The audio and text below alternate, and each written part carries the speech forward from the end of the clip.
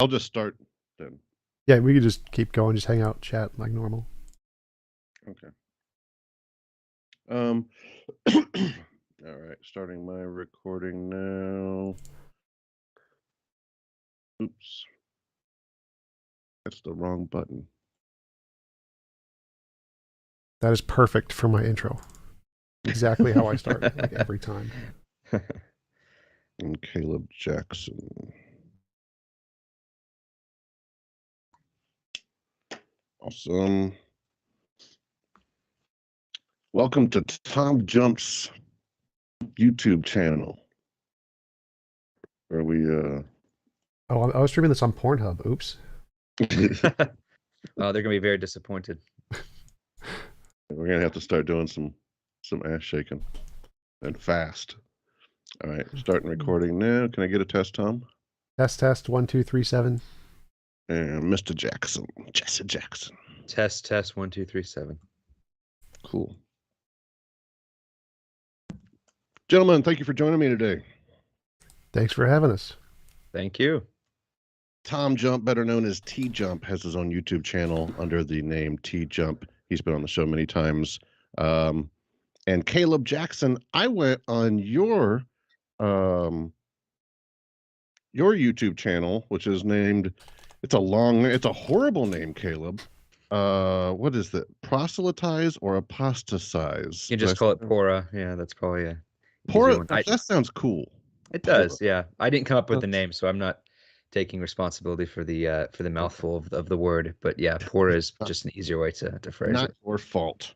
No. Caleb Jackson. He's also an author. 2 books, impressive. One is called Undead, and the other is Searching for a Solution to Suffering. You can find that on Amazon. Is there a website you directed them to as well, or is Amazon fine? Nah, Amazon is fine for now. Fantastic. So I wanted to ask you something, Caleb. How do you know Jesus resurrected? And I was hoping Tom could help pick it up thereafter.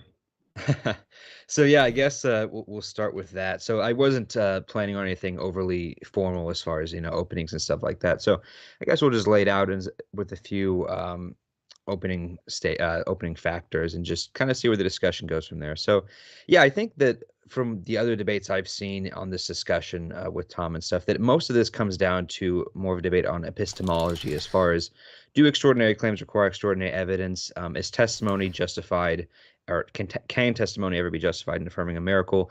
And what kind of testimony are we really looking for more extraordinary claims? And so I think the first thing that should be discussed is, like, what kind of criteria should we be suspicious of? Or sorry, what kind of testimony should we be suspicious of, and what kind of criteria should we have to vet some of those out? So we should ask, for example, is the claim very far removed from the original source of witnesses?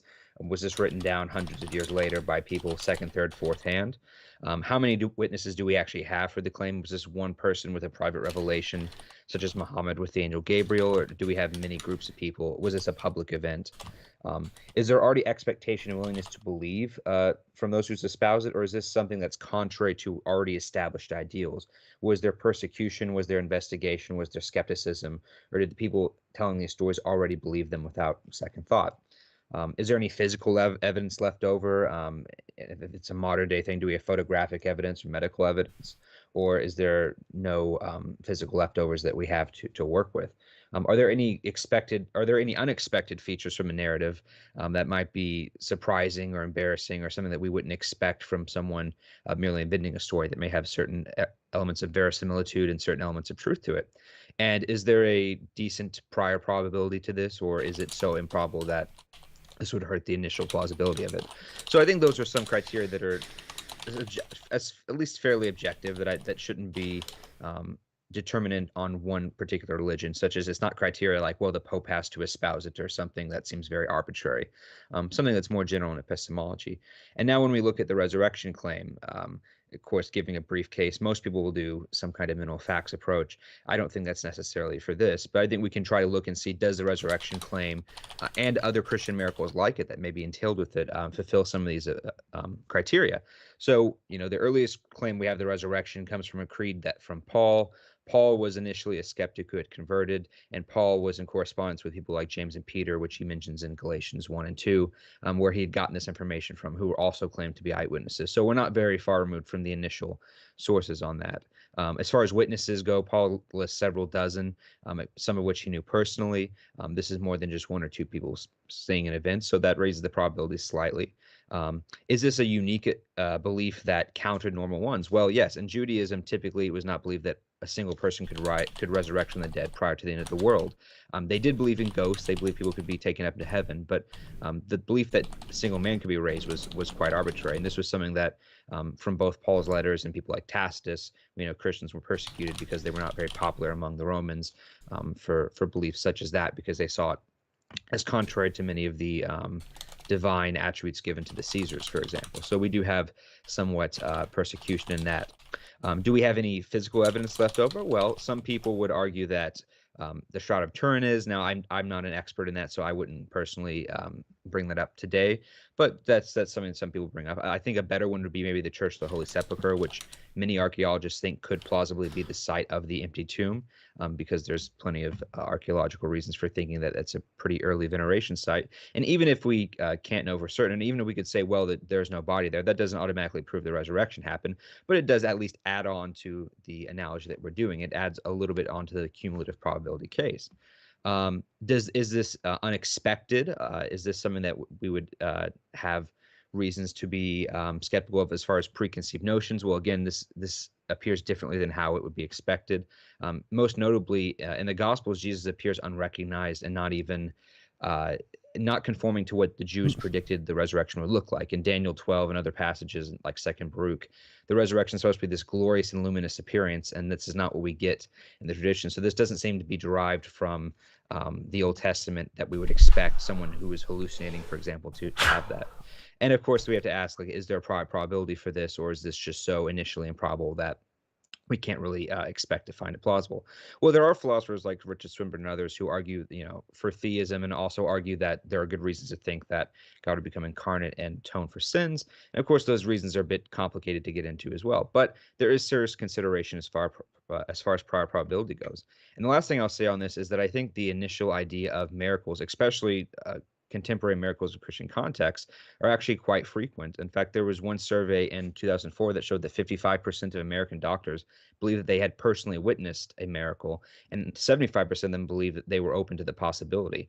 And so it's extremely common as far as how common these beliefs are, especially by people who are educated, by doctors and the like. And we have medical bureaus and papers and stuff published attesting to many of these. And so I think this notion of supernatural intervention in many areas of this, especially tied to the resurrection, tied to people praying on the name of Jesus, who, if Jesus is still dead, it's quite surprising that people are able to be healed in his name, whereas if Jesus is still alive, it's slightly less surprising.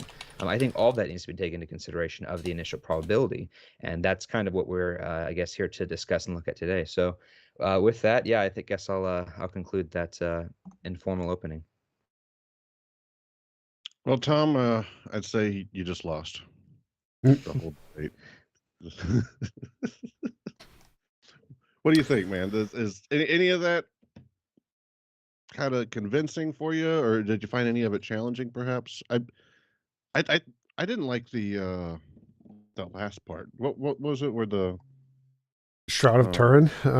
Yeah, the Shroud of Turin. That one threw me, but he didn't want to go into it, so that's fair. Because no, that's more Dale Glover's thing. I just brought it up because some people do, but that's not something I would care to defend. So yeah. But the miracles claim, I thought was probably the weakest of all. But maybe your strongest point is just the witnesses. Would that be fair, Caleb? Well, I actually think his strongest point was in the beginning when he said, like, the conversation is mostly about epistemology. I think I agree with that. I think that it is about, like, he said that we start off with epistemology and trying to determine what sources of information we are suspicious of. Well, that part he got wrong. So we actually start off with trying to determine what sources are credible. First, we assume they're all not credible. They're all garbage, and then try to find out which ones are credible, not the other way around. So, and then discussing whether or not we should trust a testimony.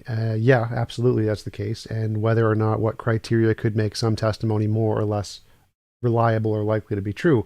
That's also those are the most important points here. Like if testimony isn't a reliable source of information, well then okay, resurrection lost, because that's all you have is testimony. So really the debate is about, is the testimony reliable and how could it be reliable?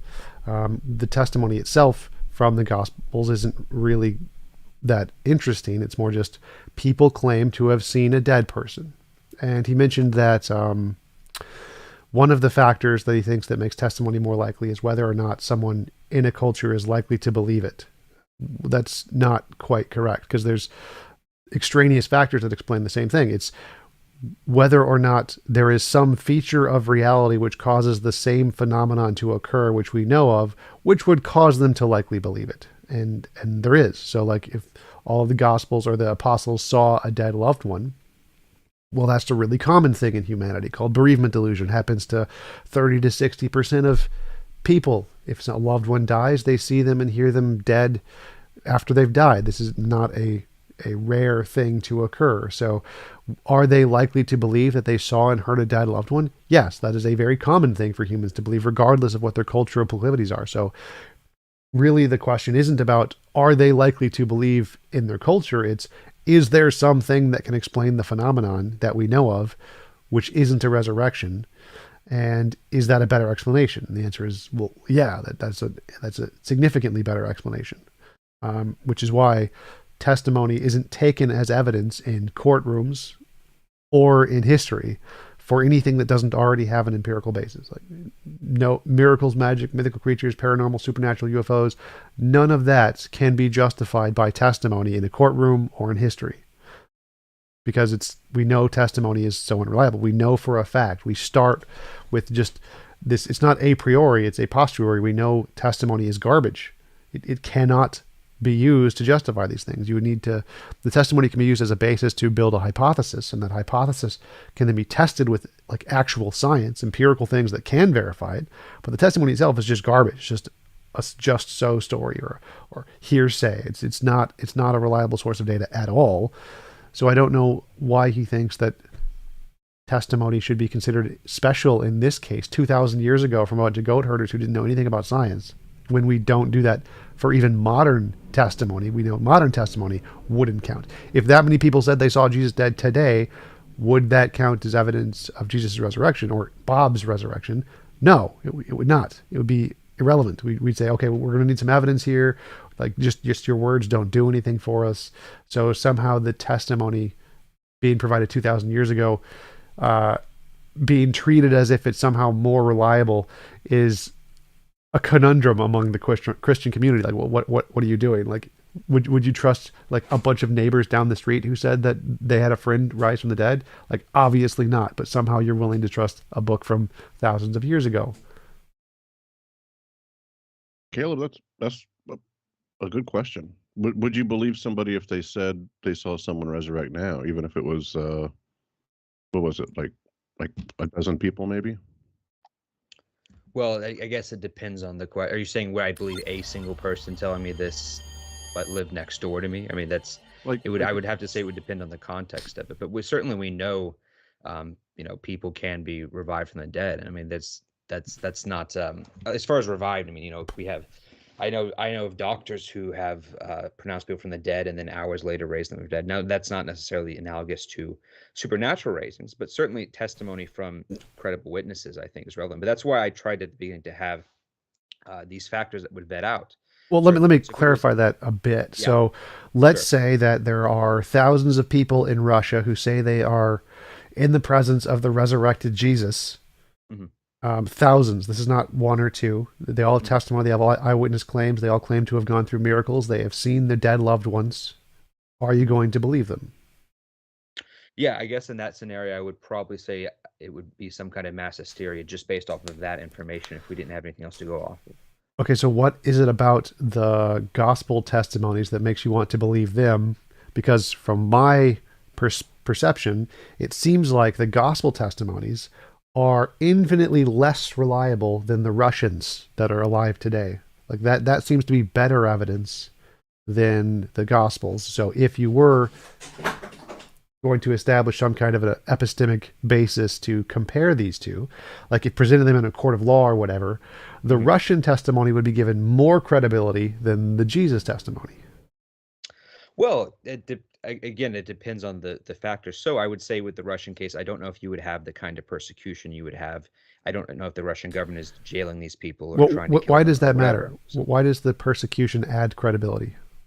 because it would mean that it's less likely that the individuals are being deliberately dishonest. They could be honestly mistaken, but in the Russian case, you could say that these people are lying, where it's less likely in the former case. But But if you're that's saying negative evidence. So like if we're saying if we want to know if X is in the box, and we can say, well, we know X isn't my knife because my knife is here, so it can't be my knife. Well, that gives us absolutely no evidence to what is actually in the box.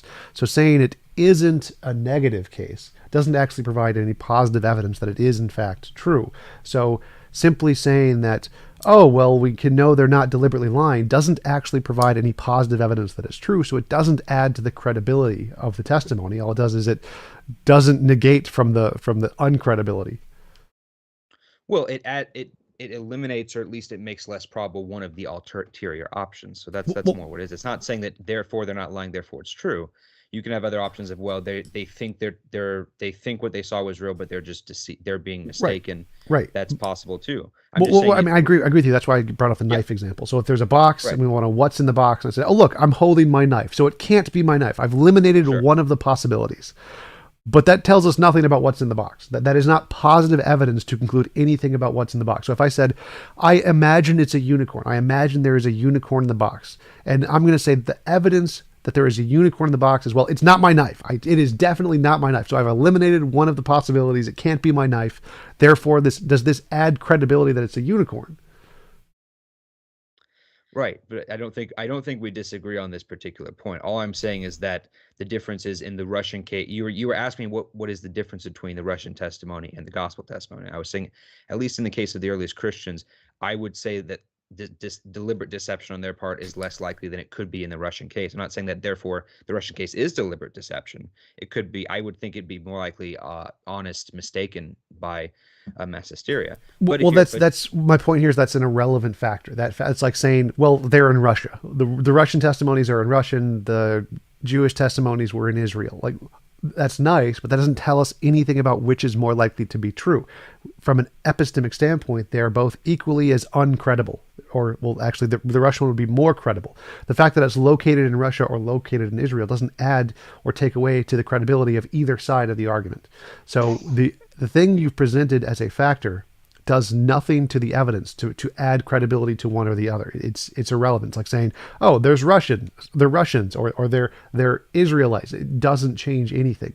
So the point I'm making here is the factor you brought up, the fact that they could have been being persecuted and that they may not deliberately be lying, is irrelevant. Like it doesn't add credibility to the claim. So epistemically, if we're in a courtroom and we're saying which one of these is true, that would do nothing. That would count for zero evidence one way or the other.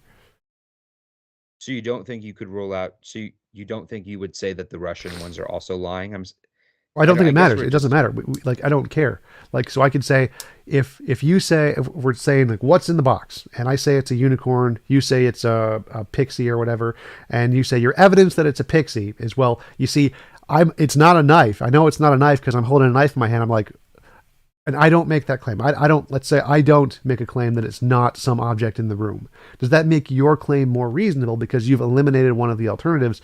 Well, no, because again, you're providing negative evidence. You're saying it's not this other thing, but that doesn't provide positive evidence to the truth of the claim. So what we need to show that there's a difference epistemically between the Russian claim and the Jewish claim is some positive reason that actually indicates the truth of the claim.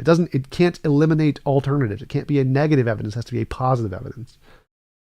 Sure, yeah, and I don't think you can argue for miracles just saying, well, we've ruled out all natural possibilities, therefore it's a miracle.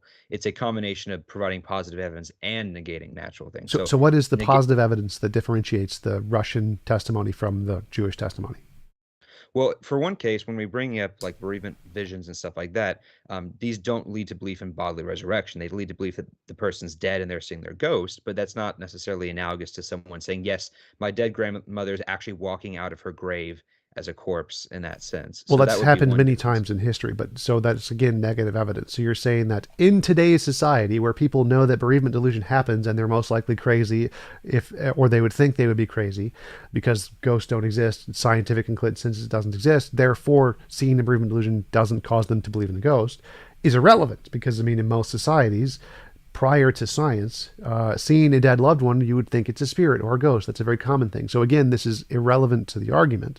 What you're just saying is there's a societal difference in the way that they interpret psychological features, but that doesn't matter to the argument here. So whether or not the Russians in Russia think it's their bereavement delusions are true, or I mean, I guess your argument actually work in favor of the Russians. So because the Russians are less likely to believe that seeing a bereavement delusion would correspond to an actual person because they have more availability of the current science, whereas back in the past they are less likely to think it's going to be some psychological feature, and they're more likely to think it's a spirit or a ghost or an actual resurrection because they have less access to the science. So by that criterion, if we took it seriously, which I don't think it counts as anything, but if we took that as an actual piece of evidence, it would lend credence towards the Russian testimony and take away credence from the religious testimony, from Jewish testimony.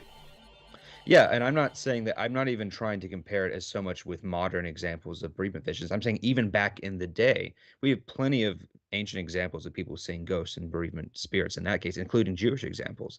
So I'm saying that what they were saying was contrary to the social expectations of their day. That's more what I was getting. Not even just comparing to that. Right, Even right. I with can science. agree. I can like agree with you in general, but today the Russian testimony is even more in contrast to the society. So in modern society, seeing a ghost, because we know of all the psychological features, we know of the science, it is even less likely today to convince someone that that is an actual ghost than it was in the past. So if that argument is a credible argument, which I don't think it is, that would be more evidence for the Russian case than the Christian case. Well, but in the Russian case, you'd have to look at Russian Orthodoxy is already an established religion. People already believe that Jesus was resurrected from the dead if they're Russian Orthodox. And so this would be a belief that's consistent with the opinions that are already established in that culture. But it would be contradictory to all of science. That's the part that matters here. So the fact that it could be in line with some beliefs doesn't matter to the argument. So we can say in Jewish beliefs, they believe there are souls. They believe other people raised from the dead, like the previous resurrections that I forget what happened in the Old Testament. There were some resurrections that occurred. So it is consistent with some of the features in the Bible. Therefore, we can use the same argument to say, well, oh, since that would make it not contradictory to believe that Jesus rose from the dead. So that would, again, not actually give any positive evidence and would also work equally or better for the Russian case. Yeah, but I'm trying to articulate this because I'm not sure that we're necessarily understanding each other. I was saying that in the Russian case, this is not a belief that is contrary to what people in that culture already believe, whereas in the Christian case, it is contrary to what's already believed. And so Right. when you're looking at psychological expectations and religious expectation and so forth, that's going to be a major distinction between the two. That's kind of what I was trying to preliminate there. As Right, far as I Jewish understood. I understood what you're saying, but that's what I addressed. I said that's false. So it could be contrary to some beliefs. So obviously the Russians believe Jesus is resurrection, so they already believe in resurrections. You're saying that the Jews at the time did not believe in resurrections at the time. Yes. I'm saying that no, they can use post hoc reasoning and look at the Old Testament resurrections where God rose people's souls and talked to them and stuff like that and say, yes, we do believe we can justify resurrections. Now, what my comparison was is that their knowledge of science would be contradictory to their belief in resurrection. So they may have some beliefs which would be consistent with, and other beliefs like science that would be inconsistent with. So if your argument is that in the society, is it likely for that group to accept bereavement delusions as a resurrection? Because of science, the probability they would accept it is low because we have lots and lots of science. We know what this is. Psychological features are very common. So if you have basic knowledge of science, the probability you would accept a bereavement delusion as real is lower today than in the past for them, for the Russians.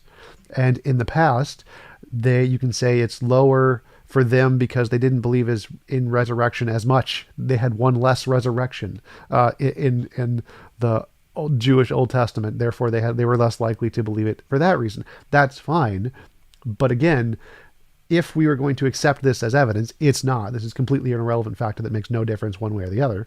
It would still lend more credence to the fact that the Russians were true because it's more likely in today's society that you will not see a bereavement delusion as being true, and it was more likely in the past that you would see a bereavement delusion and think it was true because of science. Now, there could be other factors like religious factors, but those are significantly less likely to have an impact than the scientific knowledge of today. Yeah, and I guess I would push back a little bit as far as, the pre and post scientific age. Certainly, we have more advanced science in this day, but it's not as if people back then just didn't or were just completely accepting of miracles and didn't think that this was unusual. I mean, that's kind of the whole point of miracles is that they're supposed to contrast.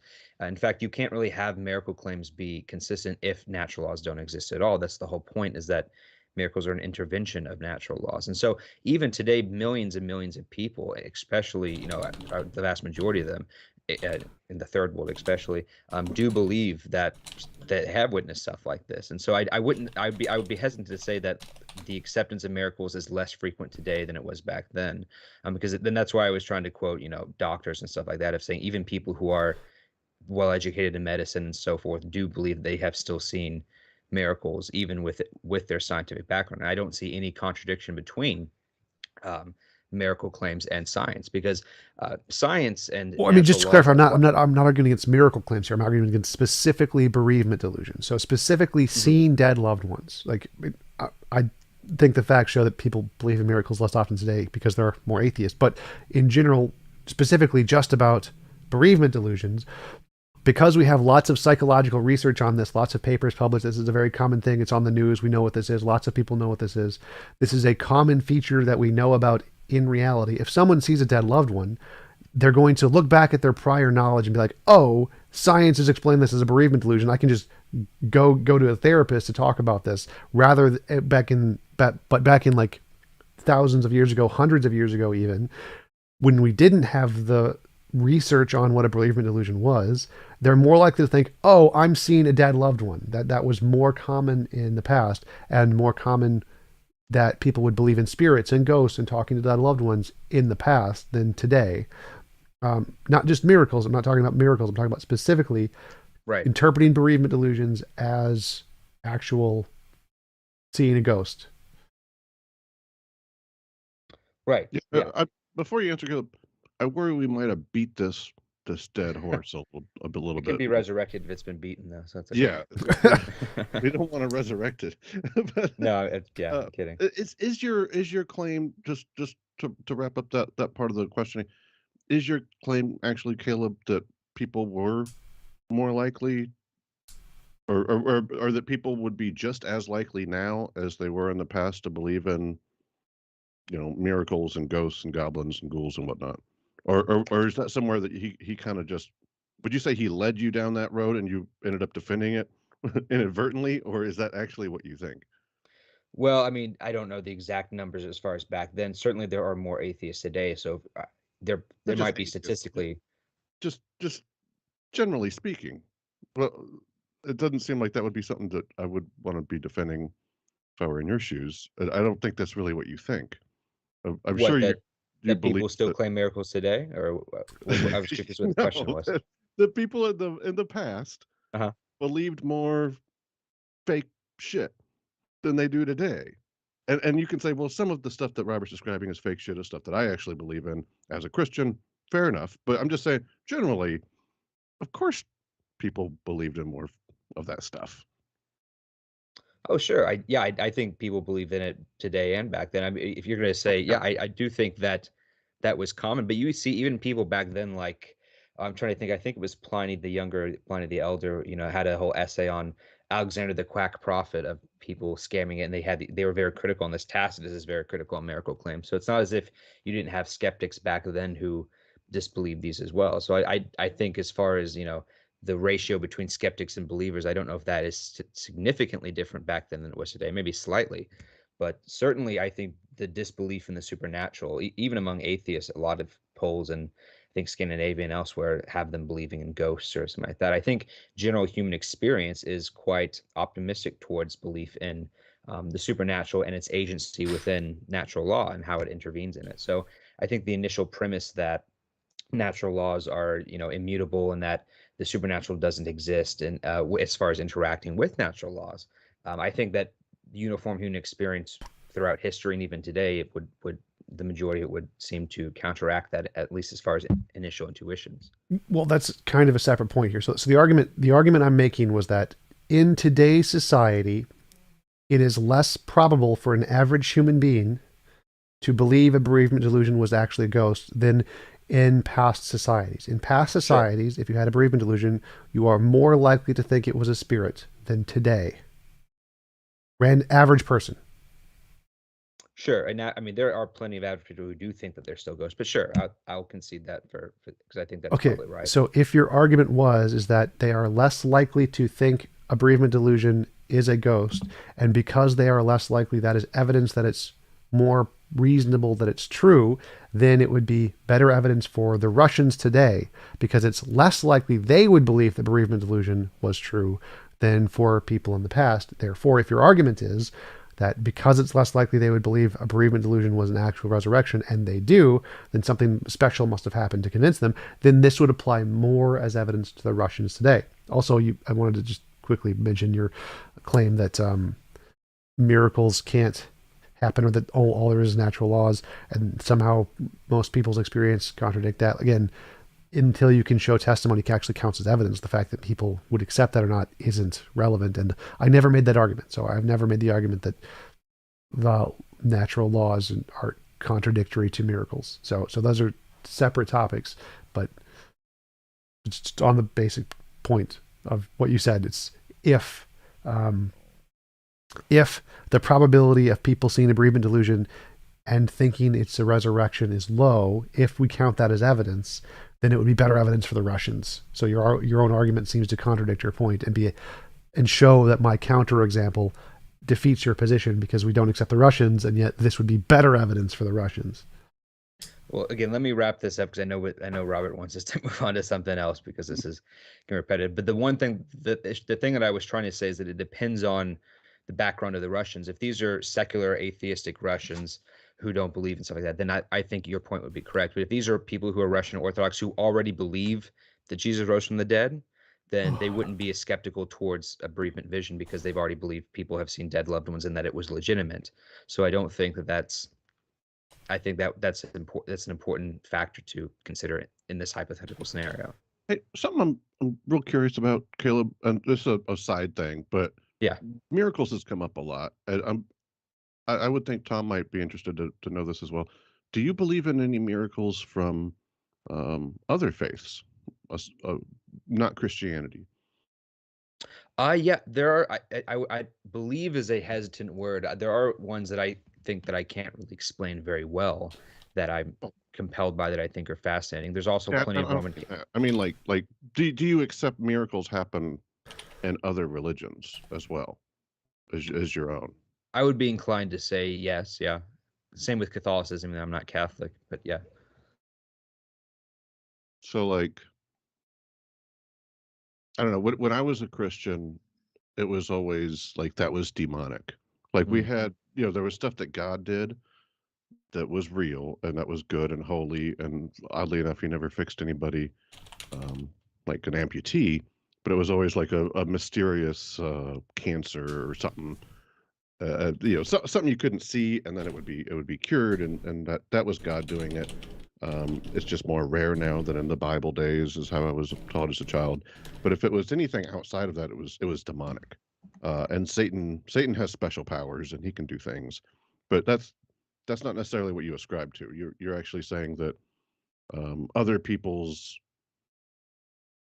religion, other people's gods, or I guess you wouldn't think it was their gods. Just explain that for me. I don't understand how other religions' miracles could happen. We mind if I try to steelman that? So I think Rob's question was do other gods do miracles for other people's religions? And I think Caleb would probably say no. He's just thinking his God is doing all the miracles for everybody. Oh, okay. Is that fair? Yeah, that would be fair. I mean, so there are, I do know Christians who would try to use the demonic example. And I think, I mean, of course, you do see some of that in the Bible with like Pharaoh's magicians, also copying some of Moses's miracles and stuff like that. But of course, that's ad hoc because once you get to Jesus being accused of casting out demons in the name of Beelzebub, Jews might as well just say, well, I'm sorry, that Satan raised Jesus from the dead to deceive the masses and convert people away from Judaism. So that is a bit of a slippery slope, I think, to try to say that, well, it's all demonic and stuff. But yeah, I think that would, if one were to take that God is the one doing these, I would say that perhaps you could say that it is a single God. One could be a pluralist and say, many Buddhists don't have an issue with Jesus raising the dead, for example, because it doesn't completely contradict their own theology. One thing I do find interesting is that if one is to concede that some of these are supernatural, the difference in the Christian cases is that usually these lead to conversions in the third world, whereas typically, from what I've seen, the other miracles typically happen in camps where people already believe them. So you don't have large numbers of Christians, at least statistically large numbers, converting to Hinduism, for example, because they saw a Hindu miracle. Usually Hindus are the ones saying they saw a Hindu miracle. But we do have statistics and reports and data of Hindus seeing Christian miracles and then having whole tribes of people converting. So that to me seems to be going one direction. But I'm not saying that necessarily shows that the Christian God is the one doing this, but that's kind of the format in which I would look at some of those. So. Tom, you've responded to a lot of Caleb's points. Is there anything that you would have um, that you would argue is good evidence that the resurrection did not occur? Yes, our knowledge of basic human testimony and bereavement delusion. So the fact that we know people see other people they've loved died makes it far more likely that that's the case. Like if Jesus actually resurrected and he was seen by the Russians, if he was seen by the Romans and had to be crucified again, that would be pretty good evidence that we'd be like, okay, well, did he resurrect, or was he did he just survive the first resurrection? That'd be really unlikely. So if the Romans had to crucify him a second time, that would be probably good evidence that he actually resurrected. So if the Romans were seeing him resurrect, that would be good evidence that it wasn't just a bereavement delusion by his followers or people who had an emotional connection to him. But because we don't see that, we only see this as claims by his followers. That's pretty good evidence it's most likely a bereavement delusion. Yeah, well, that's actually interesting because that's kind of the work I'm working on right now. I have a whole chapter on modern visions of Jesus, and that includes visions to Hindus and Muslims and people who had previously no familiarity with Christianity. And so I think I actually agree with Tom that would be pretty interesting evidence if we had that. And I would say that in many cases we do. Also, in many of these cases, we have healings occur. So you have people recovering from things like cerebral palsy after Jesus appears to them and tells them you're going to be healed, and they're instantly healed. And we have medical records of this and so forth. So I think that is better evidence than the history. Not to say that history is not good, but I think that's entailed in the resurrection itself. If Jesus did not resurrect from the dead, it is surprising that people would still, in different cultures, would still be being healed and stuff by these appearances. Whereas if he did resurrect from the dead, it's not nearly surprising because Jesus was a healer in his own day, and so he would just simply be acting the same way he did while he was still alive on earth. So I do think that is interesting evidence to incorporate.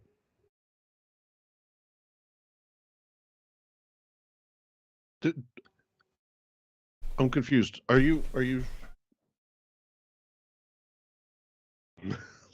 still there? Yeah, it just caught me Okay. off guard. Okay. So Tom's saying that it was just his followers Mhm. that saw Christ, the resurrected Christ. Is that accurate? Well, and Paul wasn't his follower. Paul was someone who persecuted Jews, but there's always somebody who had a very strong emotional connection to Jesus or to Christians. But the Damascus Road was more like a fancy light Jesus or something. It was like the magical one, but it wasn't like the one, the same one, right? Am I remembering that correctly? Like the one that showed up right after Jesus died, like, Thomas put the fingers in Put the his finger hole. in the holes, yeah, so that they were like physical, but Paul doesn't describe what he actually saw in his resurrection. We normally interpret that as being like a light or something. That's the most reasonable interpretation, but he doesn't actually describe what he saw. That's not in the Bible anywhere. Okay, cool. But Caleb, would you agree with that? We'll add Paul as a exception, but is that a fair point that he's making? That it was just his followers. It's not like, you know, other people saw him. Right, that's what I was bringing up. That's what I had just discussed in the previous comment. I don't know Well, if I would agree with that. And in fact, Origin, so Rob uh, means just like during the resurrection story of the Bible, those oh, okay, testimonies, sure. only Jesus' followers. Well, it But depends and if you count. your argument was that, well, people also see him today, but that would be separate from the resurrection. Like that wouldn't be the fact that people saw him today wouldn't be the same as Jesus' resurrection. It's not like he's resurrecting again, right? Well, he wouldn't be resurrecting again, but he would still be alive. So Right. I don't see why that would be. Of course, every time he appeared, when he appears to disciples once and appears a second time, he's not resurrecting every time. He's simply raised and appearing to show that he is resurrected. So I don't think that it requires him being raised every single time. It's just as if someone was raised and was walking around and different people see him at different times. That doesn't require multiple resurrections. But no, you do have people like Origen in the second or third century saying he mentions that like many people who were enemies of Christianity or who didn't know Christianity have converted by waking dreams and visions of Jesus, and that's something that you do continue to see today. So, if you're saying the specific case of the first century, then yes, that's as far as hard data goes, that would be correct. Although, if you think the 500 appearance, we don't really know what those people believe, so that's a bit of that could be a potential exception, but we just don't know. But yeah, but I would say that the stuff that we see today and in the centuries following is still relevant because Jesus would still be alive, and so that would be entailed. Whereas we wouldn't predict that if he wasn't. So I don't think so. So I would say the visions today would make perfect sense whether or not he was alive. I wouldn't count the visions today or after in other cultures or whatever as evidence he actually resurrected 2,000 years ago. To get evidence he resurrected 2,000 years ago, you would need something from then. I don't think you could count, like if we think about this from a modern court case example, we're trying to figure out, did Bob resurrect at the time of Lincoln?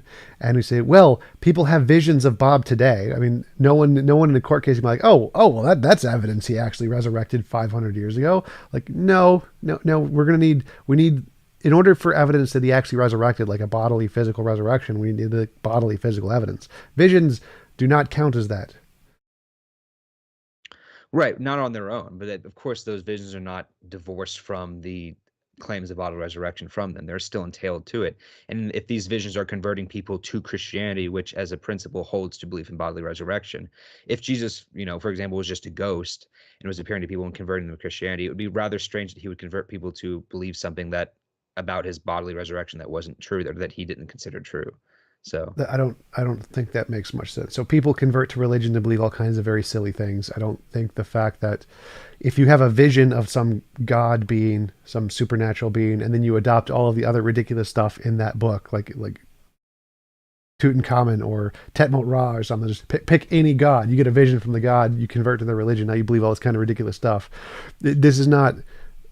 This doesn't lend credence to the truth of all of the other stuff in the Bible that you saw a vision and then interpret that vision to be true. So I don't, the logic of what you're saying doesn't seem to follow. It doesn't seem to be any evidential support that someone saw a vision of Jesus today and then was converted to believe to Christianity. And then because they believed Christianity, they accepted the bodily resurrection.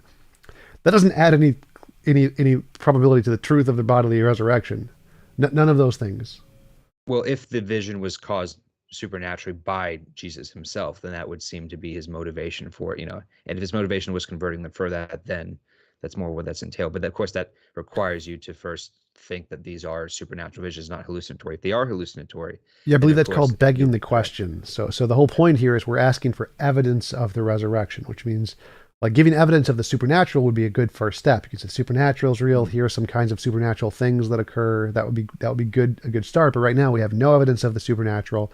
All of the visions are bereavement delusions or psychological features explained by psychology, and so saying that, well, if it was Jesus who actually supernaturally showed himself to people, I mean, well, that's just begging the question. Like, we need evidence of that first. We need evidence. It's not just, it's a psychological feature in human minds that we know about from hundreds of years of psychology, and there's no supernatural or no evidence of the supernatural. Well, it would be if the visions were not distinctly different than bereavement visions we see today. But if you're going to say that it's different in the sense that people did not have psychological prerequisites, didn't even know about this, or that they left some kind of physical healing that would not be otherwise naturally possible, then that would be more compelling to think that this wasn't simply psychosomatic, that there was something more veridical about Oh this. yeah, So that's what I'm asking about here. Is so yeah. first, healings, all of the healings are fully explained by spontaneous remission. Like all diseases that we know of have some percentage of spontaneous remission. There's never been a healing of something that has no spontaneous remission, like a limbs amputee regrowing the limb. So all of the diseases that can be fixed from biological spontaneous remission that has nothing to do with miracles are the only ones that have ever been claimed in, or that have ever been confirmed as actually occurring. There's been no evidence of miracles of things that haven't been explained by naturalistic causes. If there were, that wouldn't be evidence of the supernatural, though. That'd just be evidence of here's an unknown phenomenon we can't explain yet. So the two things you presented, which was someone has a vision and they get healed, both of those can be explained by natural stuff, and then saying that there's something that couldn't be explained by natural. Even if that was true, none of the known natural stuff, that wouldn't be evidence of the supernatural, just be an argument from ignorance. You would need to actually provide positive evidence that this was supernatural, not just say, oh, naturalism can't explain it yet. Yeah, well, I'll take that. By the way, Robert, how much longer do you want us to go on this for? 'Cause I didn't know how long you were planning to have this go on. Let's see. How about we wrap up after you answer, and if you'd want to Okay. do a Yeah, follow. that's fine.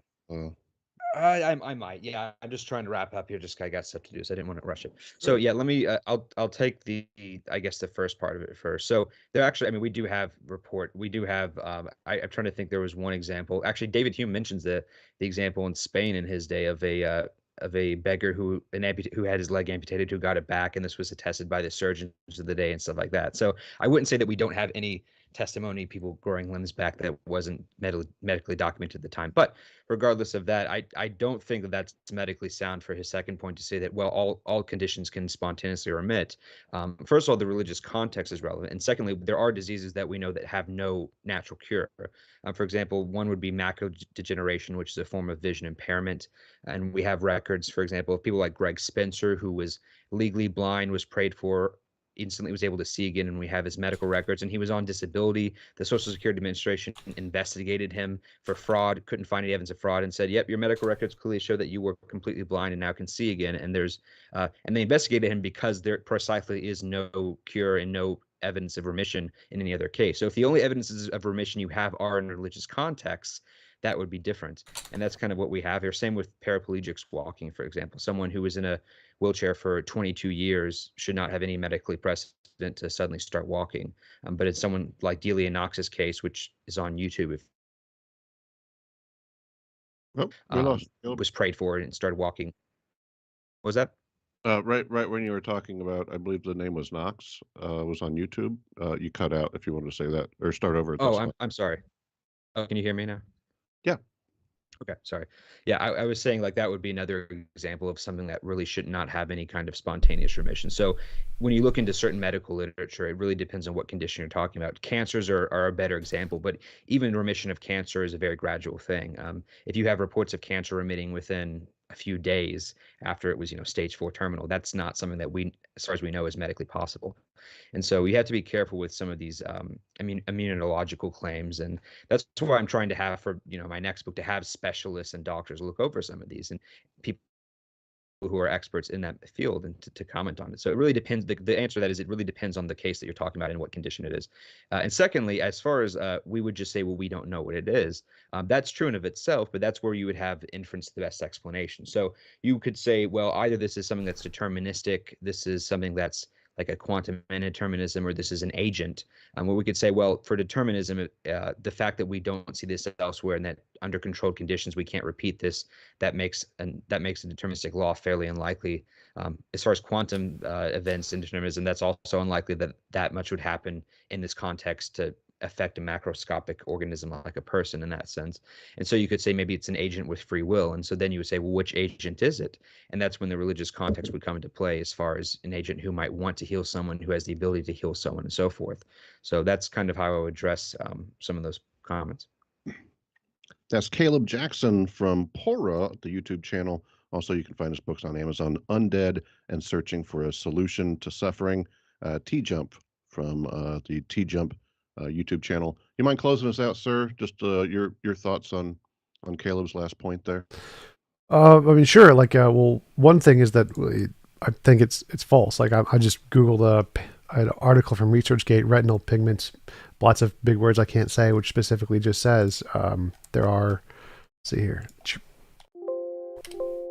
There are cases of spontaneous remission of neurovascularization stuff, blah blah blah, without the need for treatment.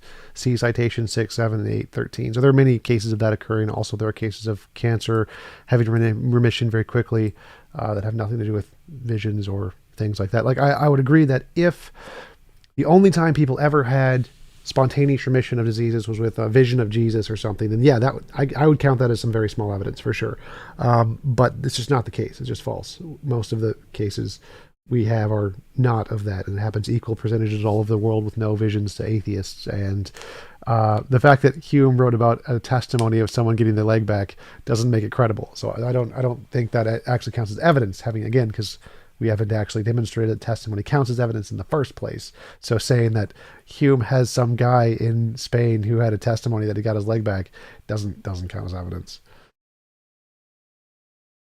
Gentlemen, thank you so much. I really appreciate it. I'd love to. Well, how would I say this? I'll edit that. I'll just do it over. Gentlemen, thank you so much. I really appreciate your time today. Thank you, Robert. Absolutely appreciate it. So I wanted to say I really appreciate you, Robert, because I've been trying to get my Discord people. I've been trying to get more people to set up debates, like to call people, to send emails, but they're all wusses. It's really hard to get people to actually set up debates. And so I really appreciate you and James and the other guys who set up debates, because that is, as something to help grow the community, that is an extremely important, valuable skill that is lacking and is extremely hard to teach people to do. So thank you. Yeah, no, I appreciate it. I agree with you. I hear so much. What's the point of these debates? What's the point? It was a major part of my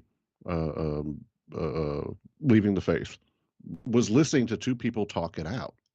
So that, yeah, I think that's valuable. And to Team Jesus as well, Caleb. And I don't say that in a snarky way. I just said, literally, I'm sure that could help in your proselytizing and evangelism, or apostatizing. Which is it? Right, exactly. All right, All right. thanks. Let's have a good one. Thanks, you too, guys. Appreciate it.